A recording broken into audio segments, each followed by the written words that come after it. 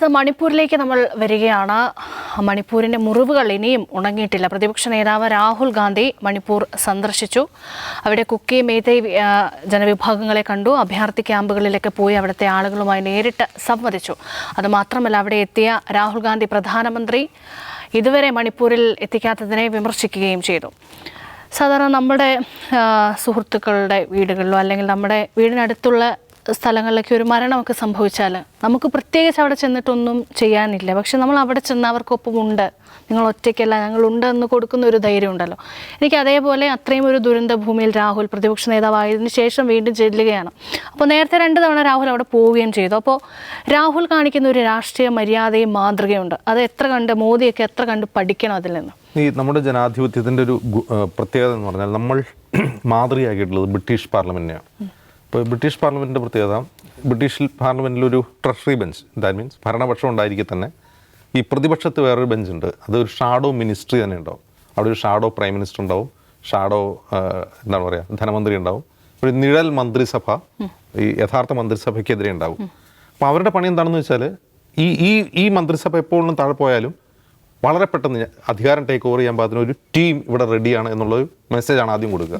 രണ്ടാമത്തെ കാര്യം, ഈ ഓരോ മിനിസ്റ്റേഴ്സും അതത് യഥാർത്ഥ ഔദ്യോഗികമായ മിനിസ്ട്രിയിലെ പ്രശ്നങ്ങൾ പഠിക്കുകയും അത് പാർലമെൻറ്റിൽ അവതരിപ്പിക്കുകയും ജനങ്ങളുടെ ശ്രദ്ധയിൽ കൊണ്ടുവരികയും പാർലമെൻറ്റ് ഡിബേറ്റ് ചെയ്യുകയും ചെയ്യുക എന്നുള്ളതാണ് ഏറ്റവും പ്രധാനപ്പെട്ട കാര്യം. അപ്പോൾ ഈ 2 കാര്യങ്ങൾ നിർവഹിക്കുക എന്നുള്ളതാണ് ഷാഡോ മിനിസ്ട്രിയുടെ പണി. ഞാൻ ഈ രാഹുൽ ഗാന്ധി ഓപ്പോസിഷൻ ലീഡറായി ഇപ്പോൾ അധികാരമേറ്റതിന് ശേഷം ഞാൻ അദ്ദേഹത്തിൽ ഒരു ഷാഡോ പ്രൈം മിനിസ്റ്റർ കാണുന്നു. അതെൻ്റെ ഒരു വ്യക്തിപരമായ തോന്നലായിരിക്കും, നിങ്ങൾക്കൊന്നും തോന്നുന്നുണ്ടാവില്ല, പക്ഷേ എനിക്കങ്ങനെ തോന്നുന്നുണ്ട്. അത് പല കാരണങ്ങളാൽ തോന്നുന്നുണ്ട്. അദ്ദേഹത്തിൻ്റെ ബിഹേവിയർ മുതൽ അദ്ദേഹത്തിൻ്റെ സംഭാഷണങ്ങൾ, പ്രസംഗങ്ങൾ എല്ലാത്തിലും ഒരു ഷാഡോ പ്രൈം മിനിസ്റ്റർ തോന്നുന്നുണ്ട്. അപ്പോൾ ഇത് നോക്കുക, അദ്ദേഹം ഒരു ഓപ്പോസിഷൻ ലീഡറായതിനു ശേഷം അദ്ദേഹം ഗുജറാത്തിൽ പോയിരുന്നു. ഗുജറാത്തിൽ അദ്ദേഹം പോകുമ്പോൾ അദ്ദേഹത്തിനെതിരെ ബജ്രംഗ് ദൾ പ്രവർത്തകർ വലിയ തോതിൽ പ്രൊട്ടസ്റ്റ് നടത്തി. ഹിന്ദു വിരുദ്ധ പരാമർശം അദ്ദേഹം പാർലമെൻറ്റിൽ നടത്തിയതുകൊണ്ട് പ്രൊട്ടസ്റ്റ് നടത്തി. അദ്ദേഹം അതിനോട് പ്രതികരിച്ച രീതി വളരെ മാതൃകാപരവും പക്വവും. ഒരു പ്രധാനമന്ത്രി എങ്ങനെയാണോ പ്രതികരിക്കേണ്ടത് അതുപോലെയാണ് അദ്ദേഹം പ്രതികരിച്ചത്. അദ്ദേഹം റെയിൽവേ വർക്കേഴ്സിനെ പോയി കാണുന്നു, പുറത്തിറങ്ങുമ്പോൾ ജനങ്ങളിലേക്ക് ഇറങ്ങി ചെല്ലുന്നു. അപ്പോൾ കുറേ കൂടി ജനങ്ങൾക്ക് ആക്സസിബിൾ ആയിട്ടുള്ളൊരു നേതാവായി രാഹുൽ ഗാന്ധി മാറുകയാണ്. എന്ന് മാത്രമല്ല, അഗ്നിവീർ വീരമൃത്യു വരിച്ച ആളുകളുടെ വീട്ടിൽ പോകുന്നു. ഒരു പ്രതിപക്ഷ നേതാവായിരിക്കെ തന്നെ ഇപ്പോൾ അദ്ദേഹം അസമിലെ പ്രളയബാധിത രംഗത്തേക്ക് പോകുന്നു. അസമിൽ ഈ നോർത്ത് ഈസ്റ്റേൺ സംസ്ഥാനങ്ങളിൽ പ്രത്യേകിച്ചും അവിടെ നിന്നുള്ള വാർത്തകൾ വളരെ കുറച്ച് നമ്മുടെ മെയിൻ ലാൻഡിലേക്ക് വരുള്ളൂ. മെയിൻ സ്ട്രീം മീഡിയയിലും വളരെ കുറച്ച് വാർത്തകളെ വരുള്ളൂ. അവിടെ നിന്നുള്ള അവസ്ഥ വളരെ ദയനീയമാണ്. മനുഷ്യരെ മാത്രമല്ല, ഈവൻ കാസിരംഗ നാഷണൽ പാർക്കിലെ മൃഗങ്ങളെ പോലും 100-400ഓളം മൃഗങ്ങളാണ് ചത്തൊഴുകിയത് ആ പ്രളയത്തിൽ. അപ്പോൾ അത്ര ഭീകരമായൊരു അവസ്ഥയാണ് നടക്കുന്നത്. അവിടെ പ്രധാനമന്ത്രി പോകുന്നില്ല എന്ന് പറഞ്ഞാൽ അദ്ദേഹം മണിപ്പൂരിലും പോയിട്ടില്ല. പക്ഷേ രാഹുൽ ഗാന്ധി പോയിരുന്നു. അദ്ദേഹം പ്രതിപക്ഷ നേതാവുന്നതിന് മുമ്പ് തന്നെ അദ്ദേഹം മണിപ്പൂരിൽ പോയിരുന്നു. പ്രധാനമന്ത്രി പോകുന്നില്ല. അപ്പോൾ പ്രധാനമന്ത്രി പോകാത്ത ഇടങ്ങളിൽ അദ്ദേഹം പോകുന്നു എന്നുള്ളത് ഒരു ഷാഡോ പ്രൈം മിനിസ്റ്ററുടെ എല്ലാ സ്വഭാവം അദ്ദേഹം കാണിക്കുന്നുണ്ട്. ശരിക്കും പ്രധാനമന്ത്രി ഒരു ഹെലികോപ്റ്ററിലൊരു ആകാശ സഞ്ചാരമെങ്കിലും നടത്തി അവിടുത്തെ പ്രശ്നങ്ങളൊന്ന് പഠിക്കേണ്ടതാണല്ലോ. ഈ സമയത്ത് പ്രധാനമന്ത്രി അത് ചെയ്യുന്നില്ല. എന്നിരിക്കെ രാഹുൽ ഗാന്ധി ചെയ്യുന്നത് തീർച്ചയായിട്ടും ഞാൻ പറയുന്ന പോലെ ഒരു നിഴൽ പ്രധാനമന്ത്രി എന്ന അദ്ദേഹത്തിൻ്റെ ഒരു പ്രതിച്ഛായ വർദ്ധിപ്പിക്കാൻ സഹായിക്കുമെന്നാണ് ഞാൻ വിചാരിക്കുന്നത്. എന്ന് മാത്രമല്ല, കുറേ കൂടി രാഷ്ട്രീയ പക്വതയും അദ്ദേഹത്തിൻ്റെ സംഭാഷണങ്ങളിലും പെരുമാറ്റത്തിലുമെല്ലാം നമ്മൾ കാണുന്നുണ്ട്. തീർച്ചയായിട്ടും രാഷ്ട്രീയമായൊരു വളർച്ചയാണ് രാഹുൽ ഗാന്ധിക്ക് ഉണ്ടാകുന്നതെന്ന് പറയേണ്ടി വരും. പ്രമോദ് സാറേ, ഭാരത് ജോഡോ യാത്രയുടെ 2ാം ഘട്ടം തുടങ്ങുന്ന സമയത്ത് മണിപ്പൂരിൽ നിന്നാണ് അന്ന് രാഹുൽ തുടങ്ങിയത്. അത് മാത്രമല്ല, ഈ മണിപ്പൂർ സന്ദർശിക്കുന്ന സമയത്തൊക്കെ അന്ന് രാഹുലിനെ തടഞ്ഞു വെച്ച് വലിയ പ്രതിഷേധങ്ങളൊക്കെ ഉണ്ടായിരുന്നു. അപ്പോൾ ഇതിനൊക്കെ ശേഷം പ്രതിപക്ഷ നേതാവായിട്ടും രാഹുൽ ഓടി മണിപ്പൂരിലേക്ക് എത്തുകയാണ്. അപ്പോൾ അജിംസിനോട് ചോദിച്ച അതേ ചോദ്യം തന്നെയാണ്. അപ്പോൾ എത്രത്തോളം ആ ഒരു രാഷ്ട്രീയ മാതൃക പ്രധാനമന്ത്രിക്കടക്കം മറ്റ് നേതാക്കൾക്കൊക്കെ കണ്ടുപിടിക്കാനുണ്ട് ഇപ്പോഴത്തെ രാഹുലിൽ നിന്ന്? രേഷ്മ, അതിലകത്ത് ഇപ്പോൾ അജിംസ് പറഞ്ഞതിൻ്റെ തുടർച്ചയായിട്ടാണ്. അതായത് 2-3 കാര്യങ്ങൾ നമ്മൾ അതിനകത്ത് ശ്രദ്ധിക്കണം. ഒന്ന്, രാഹുൽ പറയുന്ന ഒരു കാര്യമുണ്ട്, എത്ര തവണ വേണമെങ്കിലും 3 അല്ല 5 അല്ല 10 15 തവണ ഞാനിവിടെ വരാൻ തയ്യാറാണ് നിങ്ങൾക്ക് വേണ്ടി. നിങ്ങൾ പറയുന്നത് കേൾക്കാൻ, നിങ്ങൾക്ക് എന്തെങ്കിലും എന്നോട് പറയാനുണ്ടെങ്കിൽ നേരിട്ട് ബന്ധപ്പെടാം, ഞാൻ വരാൻ തയ്യാറാണ്. കാരണം ഇതെന്ന് പറയുന്നത് എന്നെ ഒരു സഹോദരനായി നിങ്ങൾ സ്വീകരിക്കൂ. നമുക്കിവിടെ ഏറ്റവും അധികം ആവശ്യമുള്ളത് സമാധാനമാണ്, മറ്റൊന്നുമല്ല. എല്ലാറ്റിനേക്കാളും മുകളിൽ സമാധാനമാണ് നമുക്ക് ആവശ്യം. അദ്ദേഹം മെയ്തേ ക്യാമ്പുകളിലും കുക്കി ക്യാമ്പുകളിലും ഒരുപോലെ സന്ദർശിച്ചു. അദ്ദേഹം ആളുകളെ കണ്ടു, അവരുടെ വിഷമങ്ങളും അവരുടെ പ്രയാസങ്ങളും ഒക്കെ നേരിട്ട് കേട്ടറിഞ്ഞു മനസ്സിലാക്കി. അത് വെച്ചാണ് അദ്ദേഹം കാര്യങ്ങളെ അറിഞ്ഞത്, അല്ലാതെ ഒരു എന്താ പറയുക, ഒരു മുകളിൽ നിന്നുള്ള ഒരു നോട്ടമല്ലായിരുന്നു അത്. മാത്രമല്ല അതൊരു രാഷ്ട്രീയ സന്ദർശനമേ അല്ലായിരുന്നു. ഞാൻ അങ്ങനെയാണ് കാണുന്നത്. ഒരു രാഷ്ട്രീയത്തിൽ ഉപരിയായി അതിന് നൽകാൻ കഴിയുന്ന ഒരു സന്ദേശമുണ്ട്. അവരെ കേൾക്കുക, അവരോട് പറയുക, അവരിൽ നിന്ന് കാര്യങ്ങൾ മനസ്സിലാക്കുക. അത് അവരോടൊപ്പമുണ്ട്, ഞങ്ങളൊപ്പമുണ്ട്, ഞാനുണ്ട്, കോൺഗ്രസ് പാർട്ടി ഉണ്ട് എന്ന ഉറപ്പ് അവർക്ക് കൊടുക്കുക.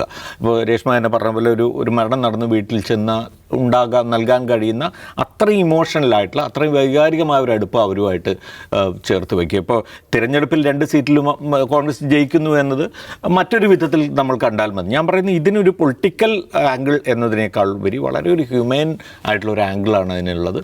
അത് അദ്ദേഹം വളരെ വ്യക്തമായി തന്നെ അവിടെ അവർക്ക് മനസ്സിലാകുന്ന വിധത്തിൽ തന്നെ അദ്ദേഹം സംസാരിക്കുകയും ചെയ്തിട്ടുണ്ട്. പിന്നെ നമ്മൾ കാണേണ്ട ഒരു കാര്യം, ഇപ്പോൾ ഈ സന്ദർശനം കഴിഞ്ഞിട്ട് അദ്ദേഹം വാർത്താസമ്മേളനത്തിൽ സംസാരിച്ച് അദ്ദേഹം ഒരു കാര്യം അവിടെ പറഞ്ഞു. ഈ പറയുന്ന കാര്യമാണ് പറഞ്ഞത്. ആ പറഞ്ഞതിന് ഏറ്റവും പ്രധാനപ്പെട്ട ഒരു കാര്യം ഞാൻ പറഞ്ഞു, പ്രധാനമന്ത്രി ഇവിടെ സന്ദർശിക്കണം.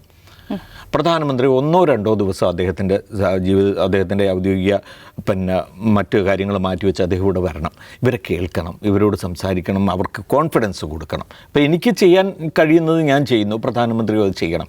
മറ്റൊന്നിനും വേണ്ടിയല്ല, അത് ഞാൻ പറഞ്ഞതിൻ്റെ അടിസ്ഥാനത്തിൽ ഇനി പ്രധാനമന്ത്രി വന്നതിൻ്റെ ഭാഗമായി എനിക്കൊരു രാഷ്ട്രീയ നേട്ടം അതുവഴി ഉണ്ടാകട്ടെ എന്ന് കരുതിയോ ഒന്നും അല്ല രാഹുൽ പറയുന്നത് നമുക്ക് വ്യക്തമാണ്. മാത്രമല്ല ഇപ്പോൾ പ്രധാനമന്ത്രി എത്ര നാൾ അവിടെ വരാതിരുന്നു അത്രയധികം അത് പൊളിറ്റിക്കലായി ഉയർത്തിപ്പിടിക്കാൻ രാഹുലിനും പാർട്ടിക്കും കഴിയും. പക്ഷേ അദ്ദേഹം അതല്ല ഉദ്ദേശിക്കുന്നത്. പ്രധാനമന്ത്രി വരണമെന്നുള്ളത് അവിടുത്തെ ജനങ്ങളെ സംബന്ധിച്ചിടത്തോളം വളരെ അത്യാവശ്യമായൊരു കാര്യമാണ് എന്നുള്ളത് കൊണ്ടാണ് അത് ഉയർത്തിപ്പിടുന്നത്. കാരണം വെച്ചാൽ അവർക്ക് ഈ രാജ്യത്തിൻ്റെ ഭാഗമാണ് ഞങ്ങളും ഇന്ത്യയിലെ ജനങ്ങളാണ് എന്നൊരു അനുഭവം, അതൊന്ന് റീഎസ്റ്റാബ്ലിഷ് ചെയ്യുക, റീഎഷ്യൂർ ചെയ്യുക എന്നുള്ള ഒരു അവസ്ഥയിൽ നിൽക്കുന്ന ആൾക്കാരാണ്. ഇന്ത്യയിൽ മറ്റെവിടെയും ഇല്ലാത്ത തരത്തിലുള്ള ഡിവൈഡഡ് ഇൻറ്റു 2 എന്ന് പറയാവുന്ന തരത്തിലുള്ളൊരു സംസ്ഥാനമായി നിൽക്കുകയാണ്. അപ്പോൾ രാഹുൽ പറയുന്നത് അതാണ്, ഇവിടേക്ക് വന്നേ കഴിയൂ, ഇവിടെ ഈ പറയുന്ന ട്രാജഡി ഇല്ലെങ്കിലും പ്രധാനമന്ത്രി വരേണ്ടതാണ്, ഇനി ഉള്ളപ്പോൾ തീർച്ചയായും വന്നേ പറ്റൂ. അതൊരു പ്രധാനപ്പെട്ട കാര്യമാണ്. അങ്ങനെ പറയാൻ ഓപ്പോസിഷൻ ലീഡറെ കൊണ്ട് പ്രതിപക്ഷ നേതാവ് എന്ന നിലയിൽ അദ്ദേഹത്തിന് അത് അവിടെ പോയി കഴിഞ്ഞ് അവിടെ അത് പറയുന്നതിലൂടെ അദ്ദേഹം രാജ്യത്തിനാകെ കൊടുക്കുന്ന ഒരു സന്ദേശമുണ്ട് എന്നുള്ളതാണ് ഒന്ന്. രണ്ടാമത്തെ കാര്യം എന്ന് പറഞ്ഞാൽ ആ വാർത്താ സമ്മേളനത്തിൽ അദ്ദേഹം ഇത്രയും പറഞ്ഞു കഴിഞ്ഞതിന് ശേഷം വാർത്താലേഖകർ ഉടനെ ചോദ്യങ്ങളിലേക്ക് കടക്കുന്ന സമയത്ത് അദ്ദേഹം എടുക്കുന്നൊരു സമീപനമുണ്ട്, ചോദ്യങ്ങൾ വേണ്ട. അപ്പോൾ സാധാരണഗതിയിൽ നമുക്ക് തോന്നാവുന്ന ഒരു അൺഡെമോക്രാറ്റിക് ആയിട്ടുള്ള ഒരു സംഭവമാണല്ലോ, ചോദ്യങ്ങൾ വന്നിട്ട് അതിനോട് മറുപടി പറയേണ്ട ഒരു നേതാവ്. പക്ഷേ അതിന് വളരെ വ്യക്തമായൊരു വിശദീകരണം അദ്ദേഹം നൽകുന്നുണ്ട്.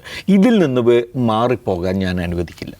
ഞാൻ ഈ പറഞ്ഞ കാര്യവും ഇതിൽ നിന്ന് ബന്ധപ്പെട്ടതുമായ കാര്യങ്ങളല്ലാതെ മറ്റൊന്നും എനിക്കിതിൽ നിന്ന് അങ്ങോട്ട് പറയാനില്ല. നിങ്ങൾ ഇതിൽ നിന്ന് ശ്രദ്ധ മാറ്റി മറ്റേതെങ്കിലും തരത്തിലേക്ക് കൊണ്ടുപോകാവുന്ന ഒരു ചോദ്യത്തിനും ഞാൻ മറുപടി പറയില്ല, എൻ്റെ കയ്യിൽ നിന്ന് അത് പ്രതീക്ഷിക്കേണ്ട എന്ന് വളരെ കൃത്യമായി അദ്ദേഹം പറയുകയാണ്. ആ വാർത്താ സമ്മേളനം അവിടെ അവസാനിക്കുകയും ചെയ്യുകയാണ്. അപ്പോൾ നമ്മളിപ്പോൾ എല്ലാ തരത്തിലും മീഡിയ എന്ന് പറയുന്നത് ഒരു ജനാധിപത്യത്തിലെ ഏറ്റവും പ്രധാനപ്പെട്ട സംഗതിയാണ് എന്നൊക്കെ നമ്മൾ പറയുമെങ്കിലും ഈ ചോദ്യങ്ങൾ വഴി അവിടെ നിന്ന് സൃഷ്ടിക്കപ്പെടാവുന്ന വാർത്ത മറ്റെന്തെങ്കിലും ഒന്നായിക്കഴിഞ്ഞാൽ അത് തൻ്റെ ആ യാത്രയുടെ ഉദ്ദേശത്തെ ഇല്ലാതാക്കും എന്നതാണ് അദ്ദേഹം മനസ്സിലാക്കിയിട്ടുള്ളൊരു കാര്യം. സ്വാഭാവികമാണ്, നമ്മളത് പ്രതീക്ഷിക്കേണ്ടതുമാണ്.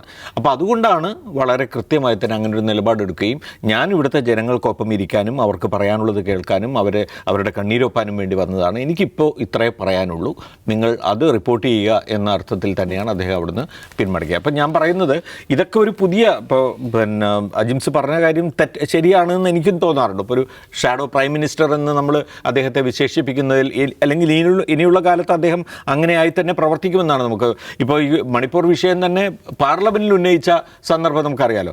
അപ്പോൾ അതുകൊണ്ട് ഇതൊക്കെ നമുക്ക് നൽകുന്ന ഒരു പ്രതീക്ഷ എന്ന് പറയുന്നത് ഈ സർക്കാർ പ്രവർത്തിക്കുന്നതിനൊപ്പം തന്നെ ആ സർക്കാരിനെ തിരുത്തിക്കൊണ്ട് പ്രതിപക്ഷം ഇവിടെ ഉണ്ടാകും എന്നതിൻ്റെ സൂചനകൾ രാഹുലിൻ്റെ പ്രവൃത്തികൾ തരുന്നു എന്ന് തന്നെയാണ്.